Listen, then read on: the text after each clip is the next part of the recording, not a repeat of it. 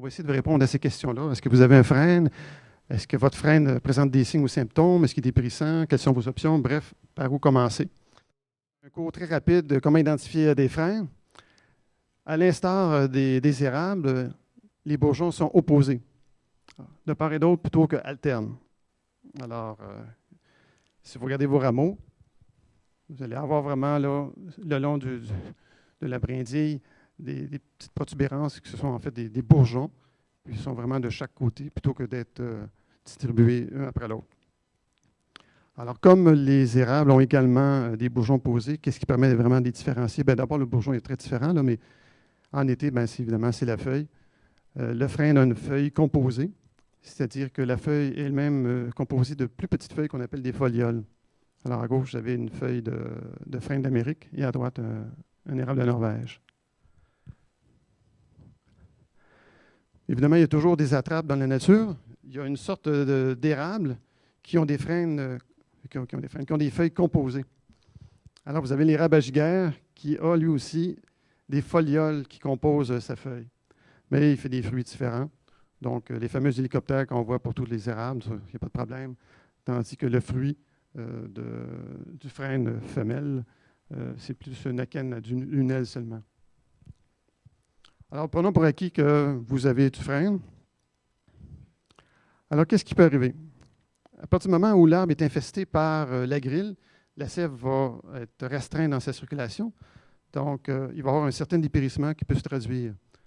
Alors, le dépérissement, c'est surtout en tête dans un premier temps, et tranquillement, ça va descendre vers le bas. Donc, ces arbres-là connaissent vraiment des problèmes. D'ailleurs, vous avez pu remarquer ici qu'il y a déjà la bande verte. Là. L'autre symptôme, l'arbre, pour réagir au manque de feuillage, va produire des nouvelles pousses. Des pousses dans le bas, principalement du tronc, pour réagir, pour refaire sa ramure, pour être capable de capter de l'énergie, pour continuer sa pousse. On se rapproche un peu. Vous pouvez voir peut-être des fissures, des craques, parce que derrière, on a une galerie. Et l'arbre réagit, parce que c'est une blessure, en faisant un calus, et l'écorce commence à lever. On peut avoir aussi l'agent ailé qui nous aide à identifier nos frênes avec de la grille. Ce sont les pics. Les pics sont très friands de la grille et c'était bien documenté. Comme quoi que si vous voyez un pic qui s'achante sur votre frêne, ben, c'est mauvais signe. Il y a probablement de la grille. Mais si on continue à se rapprocher, puis on commence à voir des choses plus intéressantes, comme des trous de sortie qui sont très caractéristiques en forme de D. Là, il est plus que probable que ça va être de la grille. On en voit un là, qui s'apprête à sortir en haut à droite. Là. Ici, vous avez la pointe d'un couteau, donc on voit la grosseur. Ce n'est pas une porte de garage. L'insecte fait, comme je l'ai dit, pas des galeries, mais oui, des galeries en S. Ils sont très, très caractéristiques. Donc, ça, c'était au moment où la larve était à son stade 1, très petite. Tranquillement, au fur et à mesure de sa croissance, c'est développé et c'est de plus en plus gros. Donc, vous avez la larve à droite.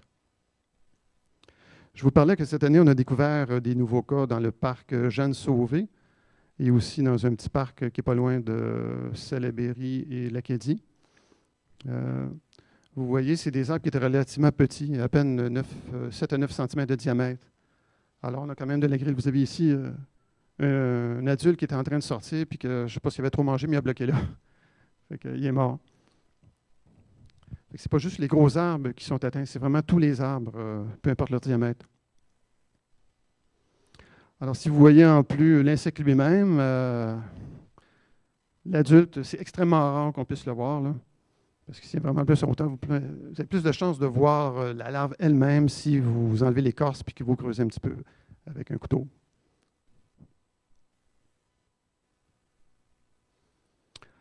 Alors, bon, vous savez que vous avez un frêne, vous savez qu'il y avait de la grille. Là, qu'est-ce qu'on fait? Alors, si vous décidez de tenter de le sauvegarder, il existe différents moyens. Alors, on va passer à travers la page, mais on va commencer en haut en premier. Est-ce que votre arbre se qualifie vraiment pour être traité?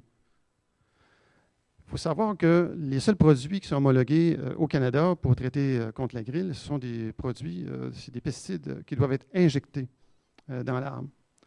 Alors, ça veut dire qu'il doit y avoir une circulation de sève. Donc, ça veut dire que l'arbre doit être assez vigoureux, avoir assez de feuillage pour tirer la sève. Alors, c'est pour ça que les arbres qui ont de 30 à 100 de défoliation, ce n'est pas intéressant de les protéger. Le produit n'ira même pas jusque dans les différentes parties de l'arbre. Entre 20 et 30 c'est possible de le faire, mais il faut s'attendre que certaines parties de l'arbre, le produit ne se rendra pas. Donc, la grille va continuer à se développer et continuer à faire mourir la branche ou la portion de bois. Donc, en d'autres termes, c'est de 0 à 20 qui sont les arbres les plus aptes à recevoir un traitement. Alors, vous avez ici des cas d'arbres publics sur la rue Pasteur, où ces arbres-là ne sont évidemment pas traités, ni d'ailleurs sur la rue Poutrincourt. L'effoliation est trop sévère. Par contre, il faut faire très attention. Vous avez une feuille qui vous est remise quand vous êtes rentré pour vous parler d'une maladie qui s'appelle l'anthracnose du frêne. C'est une maladie qui peut faire chuter de façon prématurée les feuilles au printemps. Alors, on le voit là, ici, sur le trottoir, c'est plein de feuilles de frêne qui sont tombées parce qu'il y a eu des nécroses dues par le champignon. Il fait des petits chancres au niveau des rameaux, puis aussi un dessèchement au niveau des branches, pas des branches, mais des feuilles. Alors, il ne faut pas paniquer. C'est une maladie qui peut être récurrente, qui revient année après année, mais l'arbre fait une feuillaison, puis il réussit quand même à survivre. Donc, il ne faut pas vous paniquer au printemps. Mon Dieu, mon arbre est en train de perdre ses feuilles. Est-ce que c'est la grille? Non. La grille ne fait pas chuter les feuilles de cette façon-là.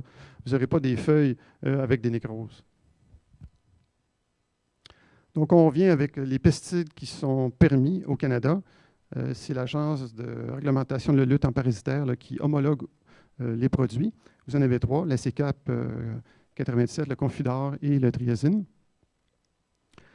La CCAP, contrairement aux 2 autres produits, ne nécessite pas un appareil pour injecter. C'est vraiment plus un genre de cartouche dans laquelle il y a la matière active, la céphate, qui est insérée via un trou dans le tronc de l'arbre. Alors, l'ingrédient actif qui est sous forme de pâte se dilue au contact de la sève qui circule et se rend dans toutes les parties de l'arbre.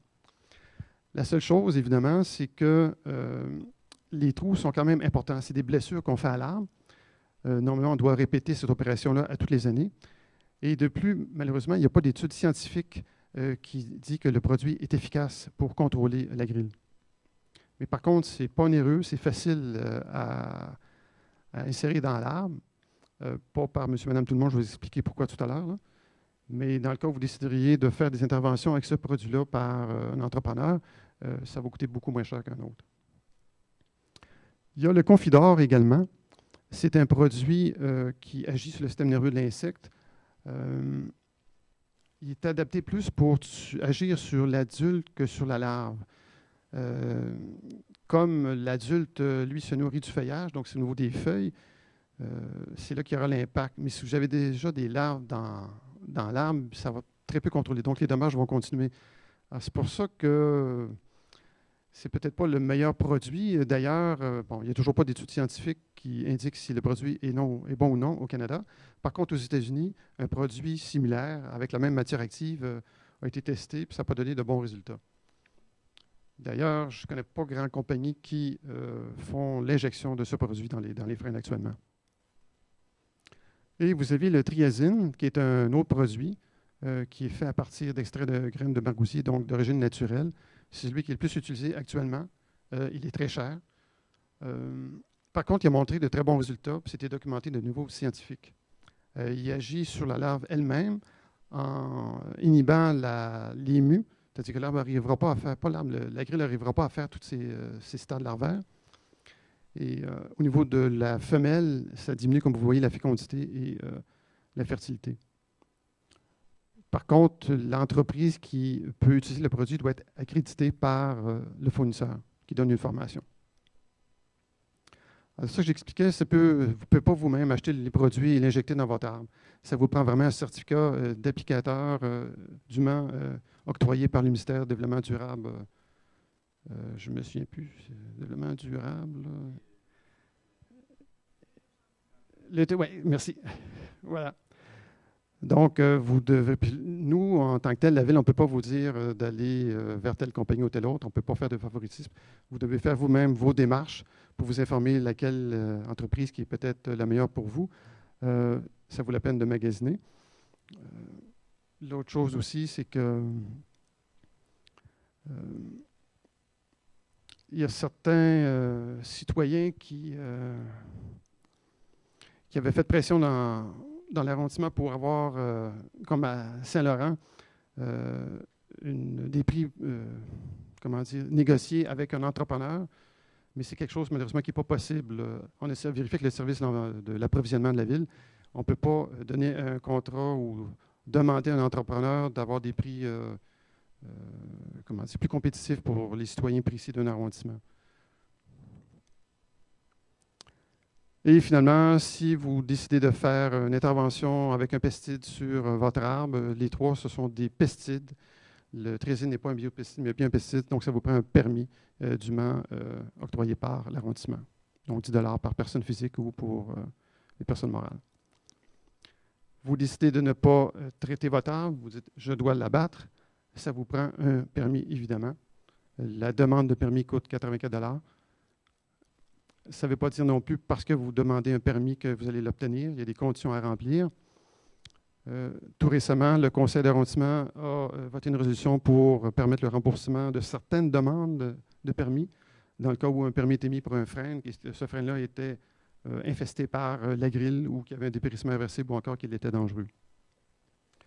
La demande est valide pour une période de 12 mois. Alors, dans le cas où, au moment de votre demande, l'arbre ne correspondait pas aux critères, bien, si l'arbre évolue vers un dépérissement à l'intérieur de l'année, on pourrait à ce moment-là émettre un permis. Vous avez également l'obligation de remplacer l'arbre abattu par un nouvel arbre.